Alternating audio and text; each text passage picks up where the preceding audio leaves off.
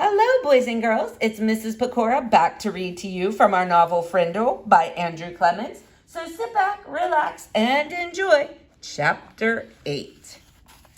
Mightier Than the Sword. 2 days later, the photographer came to take class pictures. The 5th grade picture would be taken last, right after lunch. That gave Nick and his secret agents plenty of time, and they whispered something into the ear of every 5th grader.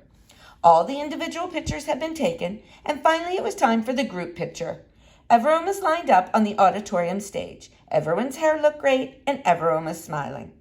But when the photographer said, "Say cheese," no one did. Instead, every kid said, "Frindle," and they held one up for the camera to see. The photographer was out of film, so that shot was the only 5th grade group picture he took. 6 of the 5th grade teachers were not pleased, and Mrs. Granger was furious. No one had really wanted to make the teachers mad. It was just fun. It also got all the kids in school talking about the new word. And when people pick up a new word, they say it all the time. The kids at Lincoln Elementary School liked Nick's new word a lot, but not Mrs. Granger. The day after the class picture, she made an announcement to each of her classes, and she posted a notice on the main bulletin board by the office. Anyone who is heard using the word Frindle instead of the word pen will stay after school and write this sentence 100 times. I am writing this punishment with a pen. Mrs. Granger. But that just made everyone want to use Nick's new word even more. Staying after school with the lone Granger became a badge of honor. There were kids in her classroom every day after school. It went on like that for a couple of weeks. One day, near the end of 7th period, Mrs. Granger asked Nick to come talk to her after school. "This is not detention, Nicholas. I just want to talk." Nick was excited. It was kind of like a conference during a war. One side waves a white flag, and the generals come out and talk. General Nicholas Allen. Nick liked the sound of it. He stuck his head in Mrs. Granger's doorway after school. "You wanted to talk with me?" "Yes, Nicholas, please come in and sit down." When he was settled, she looked at him and said, "Don't you think this Frindle business has gone far enough? It's just a disruption to the school, don't you think?" Nicholas swallowed hard, but he said, "I don't think there's anything wrong with it. It's just fun, and it really is a word. It's not a bad word, just different. And besides, it is how words really change, isn't it? That's what you said." Mrs. Granger sighed. "It is how a word could be made up brand new, I suppose. But the word pen, should it really be replaced by that other word? The word pen has a long, rich history. It comes from the Latin word for feather, pinna. It started to become our word pen because quills were made from feathers, some of the first writing tools ever made. It's a word that comes from somewhere. It makes sense, Nicholas."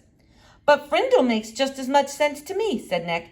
"After all, didn't somebody just make up the word pinna too?"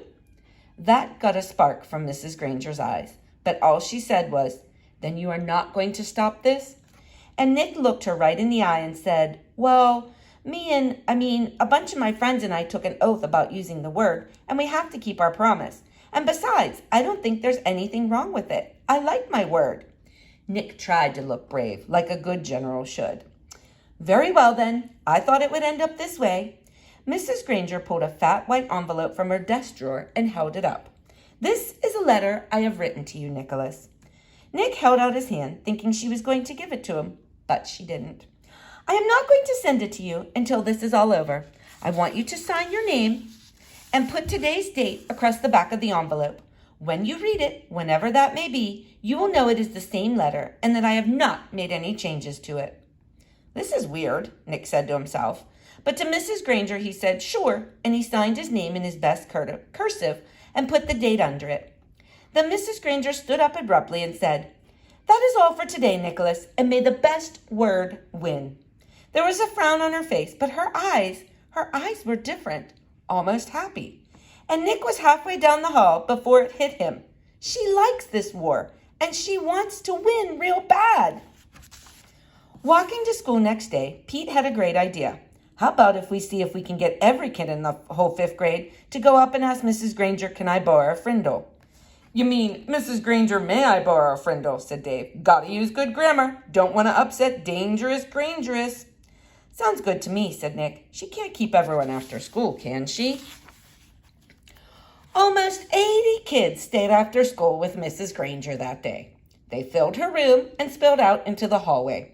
The principal had to stay late to help, and they had to arrange 2 special late buses to get all the kids home. And the next day, all the 5th graders did it again, and so did a lot of other students. Over 200 kids. Parents called to complain. The school bus drivers threatened to go on strike. And then the school board and the superintendent got involved. About this time, the principal of Lincoln Elementary School paid a little visit to the home of Mr. and Mrs. Allen.